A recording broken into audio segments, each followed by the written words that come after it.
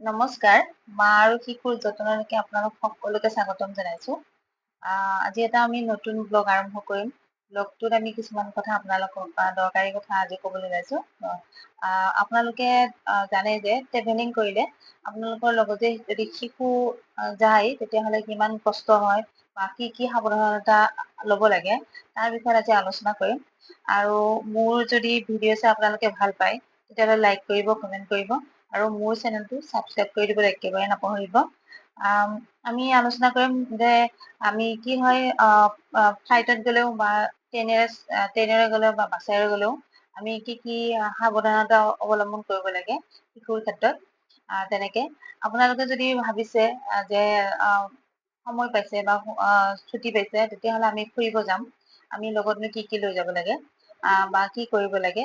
যদি আপোনালোকে ঠাণ্ডা জাগালৈ যাবলৈ ওলাইছে বা ইয়াতে গৰম আছে তাতে ঠাণ্ডা আছে, তেতিয়া আপোনালোকে যে এটা কাম কৰিব, আপোনালোকে ডায়েৰীখন উলিয়াই ল'ব। লৈ আপোনালোকে প্ৰথমতে মোবাইলত চাব যে তাৰ টেম্পাৰেচাৰ কিমান বা কিমান ঠাণ্ডা হৈ আছে বা বৰষুণৰ হেৰি আছে নে নাই, তেনেকে সকলোখিনি চাই ল'ব।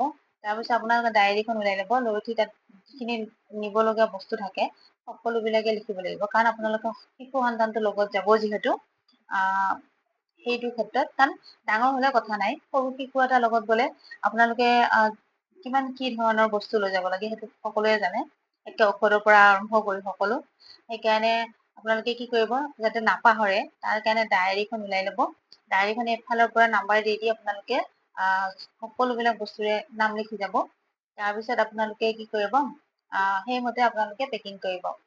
আমি ইয়াৰ মাজতে আমিও গৈছিলো দাৰ্জিলিঙত। তাতে মানে ঠাণ্ডা অকমান বেছি, লগতে বৰষুণ দি আছে।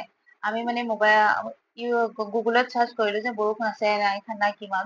তাৰপিছত সেইখিনি দেখুৱাই দিলে। তাৰপিছত মই কি কৰিছো, আমাৰ প্ৰত্যেকজন হাজবেণ্ডৰো তেনেকে সময় নাপায়। তেওঁলোকে খালি কামৰ ধান্দাত থাকে বা হেৰি থাকে, কাৰণ ঘৰখনৰ আমিটো চম্ভালিব লাগে আৰু লগতে আমি পেকিং কৰিব লাগে। সেইকাৰণে আমি সকলোখিনি কৰিব লাগে যিহেতু, সেইকাৰণে মই মোৰ ডায়েৰীখন উলিয়াই লৈছিলো আৰু সকলোবিলাক বস্তুৱে মই এফালৰ পৰা লিখি গৈছিলো যে মোৰ সন্তানক কি লাগিব কি নালাগিব। প্ৰথমতে তাত বৰষুণ দি আছে বুলি জানি মই লগে মই ছাতি দুটা লৈ লৈছিলো। ছাতিটো বহুতেই প্ৰয়োজনীয় বস্তু। তাৰপিছত ছাতি দুটাটো মই লৈছোয়ে, কাৰণ তো ফুৰিব যাম যিহেতু, বৰষুণ দিব পাৰে, তাৰ কাৰণে ছাতি দুটা মোক অৱশ্যই লাগিব। আৰু লগতে মোৰ ছোৱালীৰ কাৰণে মই বিশেষকে চুৱেটাৰ লৈ লৈছিলো। মানে অকমান হেভি চুৱেটাৰ বা কম হেভি চুৱেটাৰ, অকমান নৰ্মেল ধৰণৰ কাপোৰ আৰু অকমান ডাঠ কাপোৰ, মানে গৰম কাপোৰ, তেনেকে লৈ লৈছিলো। সকলোখিনি মিলাই লৈ গৈছিলো যে এইখিনি তাতে পিন্ধাম বা এইখিনি তাতে ফুৰিব গলে পিন্ধি আহো তেনেকে। কিন্তু মোক সেইখিনি বহুত উপকাৰ দিলে, কাৰণ তাতে বহুতে বৰষুণ, আৰু বৰষুণৰ কাৰণে ছাতি দুটাই মোক বহুত খিনি হেল্প কৰিছিলে।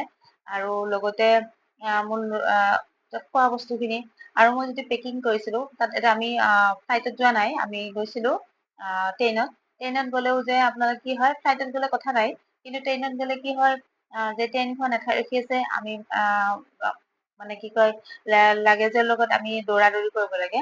সেইকাৰণে মোৰ ডাঙৰ বেগ ললেও বা 3-4টা ললেও নহব, আমি এটাতে আটাইখিনি কন্ট্ৰল কৰিব লগা হয় বা এটাতে সামৰিব লগা হয় আটাইখিনি বস্তু। সেইকাৰণে কিন্তু আমাৰ 4জনৰ, কাৰণ মোৰ ল'ৰাও আছে, ল'ৰা ডাঙৰ হয়, আৰু লগতে আমাৰ হাজবেণ্ড, মোৰ আৰু মোৰ ছোৱালীজনী, 4জনৰে কানি কাপোৰ খিনি আছেই, লগতে এইটো সেইটো বস্তু তেনেকে বহুত খিনিয়ে হৈ যায়। সেইকাৰণে মই প্ৰথম মোৰ ছোৱালীৰ কথা মই ভাবিছিলো, কাৰণ ছোৱালীৰ ক্ষেত্ৰততো ৰিস্ক লব নোৱাৰি, কাৰণ ঠাণ্ডা পালে তাই বেমাৰ হৈ যাব বা হেৰি হৈ যাব, ইয়াতে গৰম যিহেতু।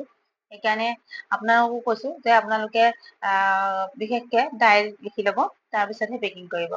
আমিও তেনেকে কৰিছিলো।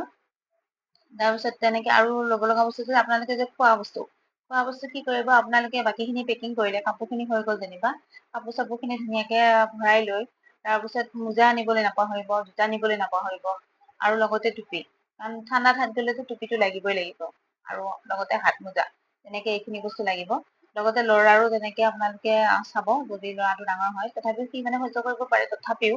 আৰু লগতে খোৱা বস্তু, কাৰণ ছোৱালীকতো মই নোখোৱাকে মইতো ৰাখিব নোৱাৰিম, যিহেতু তাতে কি পায় কি নাপায় সেইটোতো আমি নাজানো, প্ৰথম যাম যিহেতু।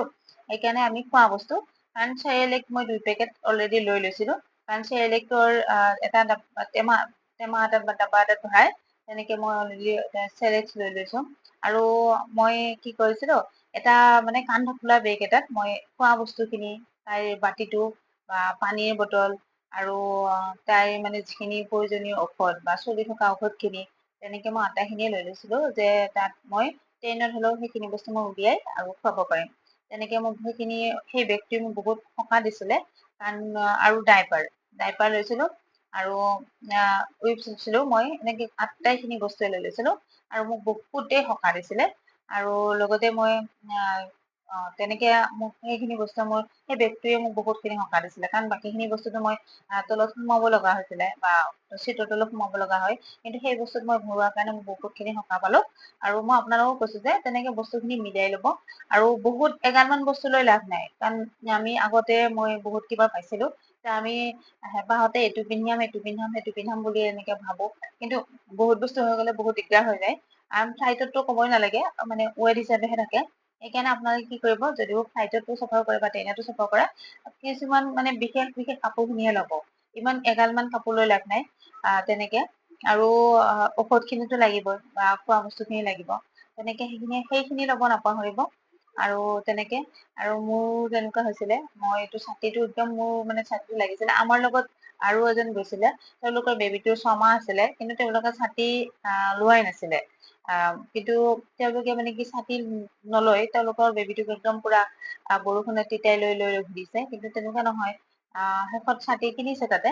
কিন্তু মোৰ ক্ষেত্ৰত তেনেকুৱা হোৱা নাই, কাৰণ মই ছাতি আগতে ইমানখিনি চব সকলো যা যোগাৰ কৰি লৈছিলো সেইকাৰণে। আৰু সিহঁতৰ ক্ষেত্ৰত কি হয়, ফ্লাস্ক আপুনি পানীত ভৰাই ফ্লাস্কটো ল'বই ল'ব।